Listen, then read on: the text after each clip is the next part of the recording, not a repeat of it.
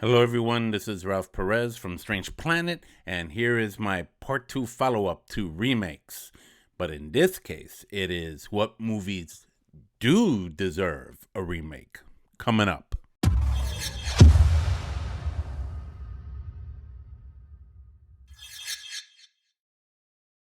Hello, everyone. This is Ralph Perez again. Strange Planet NYC. If you like what you see here on this channel, please consider subscribing. Just tap on that subscribe button and tap on that bell for future notifications for future Strange Planet NYC and Horror and Coffee content. Okay, in my last video, I talked about movies that did not deserve to be remade. In fact, should not be remade by any stretch of the imagination. I'll put the link to it at the end of the video here, and I'll put it below also as a link for you to check that one out. Now, this one's going to involve movies that do deserve a remake, that I had to really think and go, you know what? That might actually be good as a remake. So we're going to check those out right now. One movie that I think should be remade is The Blob. Now, I know what you're thinking. Wait a minute, Ralph. Didn't they make a remake of that back in 1988? They did, and it was pretty good. But can you imagine how something like that would be like now with the CGI effects and the way they, I think that they should give it another go with that movie, because that movie scared me as a kid. I'm talking about the Steve McQueen version, the original from the 1950s. I forgot what year in the 50s, but that movie was good. And when it came out as a remake in 1988, I ran to the theater practically to go check it out, and I loved it. I really did. I enjoyed it for what it was, but I think that they could do more with it. And I think a proper remake with the proper effects, without it looking corny, without making it look stupid, with a good solid story and good solid characters, I think would make this movie not only memorable, but it would give a lot of credence and hats off to the original film. My phone's like blinking. All right, here's another one, and you're gonna probably say the same thing, like I just said it with The Blob, right? Ready for this? The Fly. Yeah, I know they made a remake of The Fly also around that time in the late 80s, with Jeff Goldblum and everything. And yeah, but I liked how they took The Fly from the late 80s and took it in a different direction than they did from the original, without messing up the original, the intended idea. Now, what I like to see is a true remake of the original 1950s classic of The Fly, where that starred Vincent Price and I forgot the name of the other characters, but for those of you who don't know, it's about a scientist who creates the very first teleportation device, a la Star Trek. If that connects with you, and while experimenting on himself to teleport from one place to another, he didn't know there was a fly in the same thing with him, and the DNA mixed up, and he came out with a fly head and a fly arm, and the little fly buzzed around with a human head and a human arm. So it was kind of like, whoa, and you see this unravel in the original film. In the late 80s remake, it was different, much different. But yet it made sense, and I liked it. But imagine if they took the original story. Remember, the scientist had a wife, he had a son, and he had his laboratory downstairs in the basement area. And I loved how they started that movie, because you see a murder scene and you're wondering, well, what happened to this person? It looks pretty, freaky for its time that it came out in the 1950s. So what happened? What happened here? So in this remake, it would kind of follow along those same lines. It wouldn't follow the Jeff Goldblum version. It would follow the original way, but in a modern context, which I think would actually be kind of hot, and I think it would also bring back The Fly as a reminder to us geekheads about what a good horror movie would be. This next movie is kind of weird. The one I'm going to mention is not a well-known film, but it is along the lines of 1960s horror. It came out, I think, in '65. I could be off on that year, but it's called The Skull. The Skull starred Peter Cushing and Christopher Lee, and um, it says, hey, I saw this on Amazon Prime not too long ago, and I said, you know what? If they were to do a remake of this one, this would be pretty good. Now, for all intensive purposes that I'm portraying here, it wasn't a very strong story, in my opinion. It's about an artifact basically, which is a skull, a human skull of like an evil person, like a Satan worshiper or something like that. And Peter Cushing, with his greed and wanting to like obtain this skull, oh, he gets it, but he gets it, at quite a cost. And you see that develop through the movie. Now, if they were to make that as a remake in our modern day context, I would see something like that. Strong character development, good storyline. Yeah, the skull will be there, but instead of the, corny effects from 1965, they would do something else with it that would not only make it cool, but it would make it really scary. Okay, because there are people out there that are scared of skulls, that are scared of skeletons. Like, oh, it's a skeleton. But imagine taking it to a different level. I have a hard time imagining what that would be, but for a movie director that would really know how to put that into perspective, that would be great. That would be so. The Skull, 1965 horror film. I think it might be a Hammer film because they had the two Dracula guys in it, Peter Cushing and Christopher Lee. I'm presuming it must be from the same people. Okay, hold on to your hats for this one. Ready? This one's a biggie. Rosemary's Baby. Hold up. Wait a minute. Didn't they remake that? Yeah. It was a miniseries on television. It wasn't a movie. It was a miniseries on television. I saw that miniseries and I liked it. For what it was worth, it was great. But imagine if they were able to make that into a movie again. How that would come out, right? It would have the same kind of subtle suspense, if that makes sense. That kind of grew as the film grew, and then at the end you see the whole thing just blow up in that poor woman's face. About that she actually gave birth to the son of the devil. If you saw the original Rosemary's Baby, you saw that it had a an interesting end to it, but at the same time it kind of had a, well, now what? Okay, she gave birth to the devil's son. Now what? There was no answer to that. I like to see a remake of Rosemary's Baby, but with a little bit of the now what. Not too much, but enough to make people walk out of that theater like, oh, snap. Oh, my God. Like really make it to a stronger thing. Like in the late 60s, that was there already, and it delivered well. But I like to see the same concept portrayed again on film in this time and age, but with adding that little extra flavor of now what happens to this baby? What does this baby grow up to be?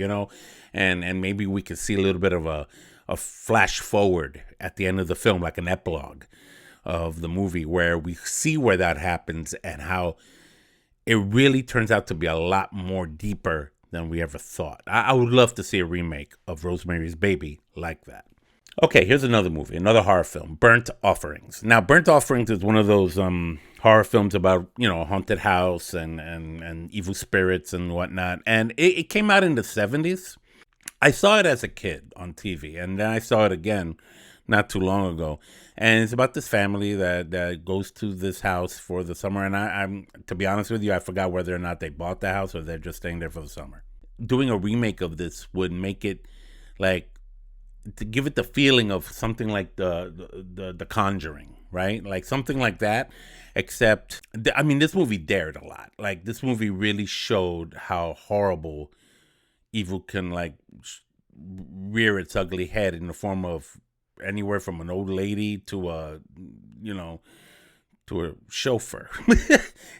The chauffeur guy with the dark glasses keeps showing up in this movie, and you're like, he's always smiling at you and whatnot. I'm like, what the heck is that? It was good. It was actually a good horror movie for its time, and to see a remake of that back on the screen, I would love to go see that if we can go anywhere anymore. Freaking quarantine.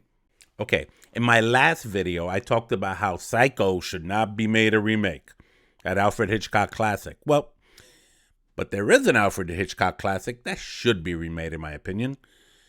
I'm talking about The Birds. One thing about Alfred Hitchcock stories, which I always loved about this guy, was that he was able to take anything and make it like, there was a mystery there, like an unexplained thing. Like Psycho kind of like was able to give you some explanation, but it wasn't until the very end that you got that.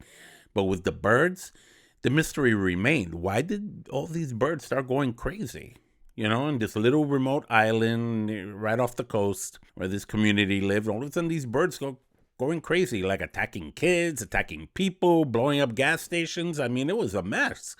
All right, you had everything from the pigeons to the seagulls, a lot of seagulls, and crows. Those were mainly the ones, even though there were others. There were other birds too. There was just it was like a big flock of them. And they were attacking everybody, and nobody had an explanation why. Nobody had an explanation why.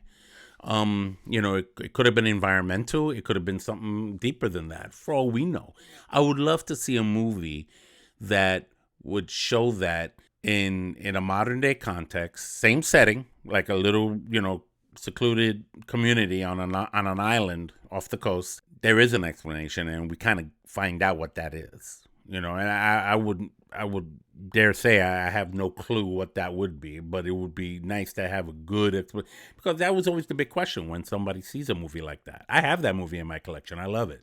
What made those birds go buck wild? Okay, now I'm going to really take it back. 1950s, Them.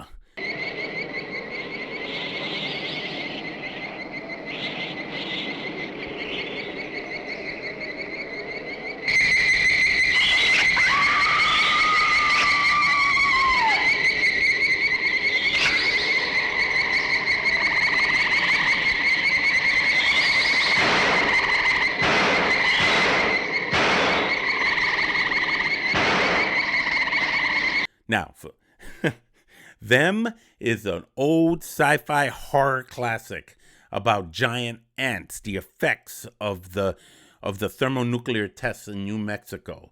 Black and white movie that showed how over a period of time that effect made the little ants of the New Mexico desert grow into like the size of a freaking bus, and how they were ready to like take over everything. And you see this movie and how they slowly we see what's going on. First the little girl that wouldn't talk, and then she talked, and then we're like, oh snap, now they're flying and they're going into these tunnels in Los Angeles, and they're laying more eggs, and they're multiplying, and it's an ant colony under Los Angeles of giant ants ready to take over the world, and how we're gonna stop them. Imagine seeing a movie like that. Now, look, come on, let's be real. Like, they've made so many monster movies. I mean, yeah, I could talk about Godzilla, but I'm talking about other films like Rampage and all that kind of stuff where the animals go crazy. Why not do it with ants? That would be hot. I would love to see that. I would love to see a remake of Them. See how the ants would look, how they would move. They would look really realistic, given the proper love and care in the CGI department. Okay, here's another one. This came out in the 70s. Food of the Gods. Whoa, that's based on an H.G. Wells novel, right? He lived in the late 1800s. But the whole point is that in this movie, and if you look at the original film, the Food of the Gods had to do, and it was similar to Them in many respects, because it had to do with some kind of chemical that was in the water, in the soil, in the food supply of this particular place, this area. I don't know if it was an island or if it was just a community in the woods. But you see these people in a cabin trying to ward off these giant rats. Big rats. I'm talking about big rats. I'm not talking about the New York City rats. Those are big enough. I'm talking about real big, like as big as your car rats. Okay? And it was insane. Like, seeing that movie, if you're squeamish with rats, you can't watch this movie. You just go away. And it wasn't just rats. It was hornets, Oh man, hornets this big, going at you, and I think there was some other animals too. Now that I think about it, I just can't think of it off the top of my head. But I remember the hornets and I remember the rats. The rats were the biggest issue. The terrifying tale of man fighting for his life against an ecology gone berserk. This is the last chance for an unsuspecting world against harmless animals and insects made huge and vicious by the food of the gods. Marjo Gortner.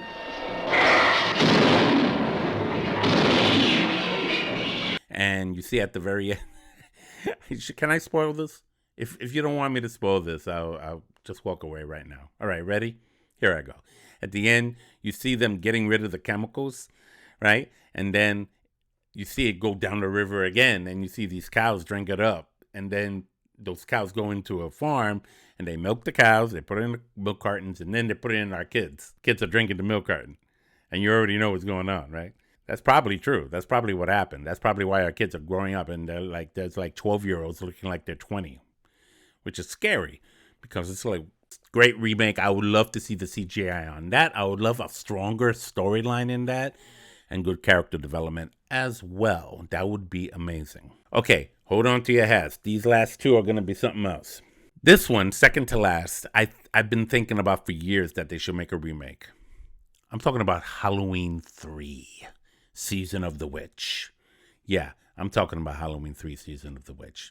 For those of you who know, the story has nothing to do with Michael Myers. It has to do with a toy factory where this guy, Connell Cochran, creates a kind of spell chiseled out of a stone from Stonehenge that had this power in it, this ancient druid power that would kill all the children or whoever was wearing one of their beloved silver shamrock rat masks while watching a broadcast of the magic pumpkin blinking at them on Halloween night at 9 o'clock at that big giveaway. And people would die by the thousands, by the millions, okay? And it was up to the doctor. Tom Atkins played the doctor. He wanted to find out what was going on, why this patient in the beginning of the movie came in grabbing a Halloween mask. He was grabbing one of these joints right here. Like, they're coming to kill us. They're going to kill us all. Yeah, well, apparently a little bit of that Stonehenge stone with the power in it was inside the back button here on the Silver Shamrock logo. And then that would be the deal. Now, a lot of people thought it was whack. A lot of people didn't like it. It's a very, to be honest with you, it's a very it's a movie that's not very popular, but it's a good movie. And it was a very unique story. I never saw it. There's never been another one since like it. John Carpenter didn't direct it. He made the music for it with Alan Howarth. And the reason why I'm rambling on about Halloween 3 is because they really should make a remake of that. Imagine this. Imagine having a remake of Halloween 3 and you want to pull this kind of game, the big giveaway at 9 on Halloween night, but not on television. Since every kid is going to be wearing their mask, there's going to be a live stream on your phone. Imagine that happening nationwide, 9 o'clock. That would be nuts. I would be like, wow. So whatever, the blinking pumpkin will come through your phone, through your iPad, through your computer. Television is just, back then in 1982 when the movie came out, I think it was 82, that was crazy enough. But imagine that with the technology we have now, how far this can go. And finally, the last movie I think they should remake is They Live, another John Carpenter classic that he did direct, starring Roddy Piper. Seeing a story, a remake based on that would actually definitely bring. They would need to do it, but they would need to be careful because with They Live, it was this whole thing about we sleep, they live. They rule everything under us, under our noses this whole time, and we didn't know.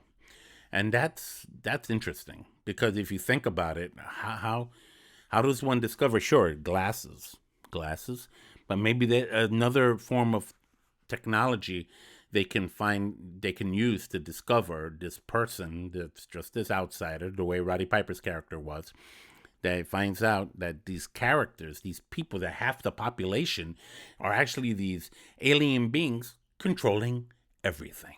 I think that would be a great remake for They Live. But, to be honest with you, that's probably a movie, most likely, in my opinion, they won't even try to remake. The other ones I could see them remaking more, the other ones I mentioned. But They Live, it's such a unique story, and they might just keep it the way it is. And that's fine. I'm okay with it. Again, these are just my opinions. So there you have it, people. 10 movies I would love to see a remake of. What movies would you like to see remade? Talk to me. Comment below and share with me what you think. What movies should be remade so we can all enjoy them. Whether we're going to be able to see them at the movie theater or in our homes where it's safe. This is Ralph Perez from Strange Planet. Take care.